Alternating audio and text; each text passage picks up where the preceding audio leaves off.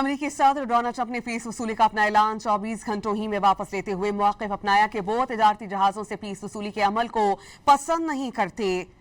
इराक़ी वज़ीर आज़म से मुलाकात के बाद सहाफ़ियों से बातचीत में सदर डोनाल्ड ट्रंप ने कहा कि उनके ख्याल में आबनाए हुर्मुज़ से गुजरने वाले जहाज़ों से किसी को फीस वसूल नहीं करनी चाहिए। सदर डोनाल्ड ट्रंप ने यह भी कहा कि इराक़ में अमरीकी फ़ौज रखने की मज़ीद ज़रूरत नहीं।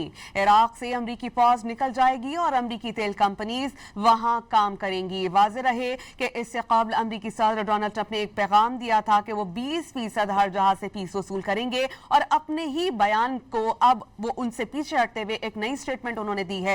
अमरीकी सदर डोनाल्ड ट्रंप ने फीस वसूली का अपना ऐलान 24 ही घंटों में वापस लेते हुए मौक़िफ़ अपनाया कि वो तिजारती जहाज़ों से फीस वसूली के अमल को पसंद नहीं करते। इराक़ी वज़ीर आज़म से मुलाकात के बाद सहाफ़ियों से बातचीत में अमरीकी सदर डोनाल्ड ट्रंप ने मज़ीद ये भी कहा कि उनके ख्याल में आबनाए हुर्मुज़ से गुजरने वाले जहाज़ों से किसी को फीस वसूल नहीं करनी चाहिए। सदर डोनाल्ड ट्रंप ने कहा कि इराक़ में अमरीकी फ़ौज रखने की मज़ीद ज़रूरत नहीं।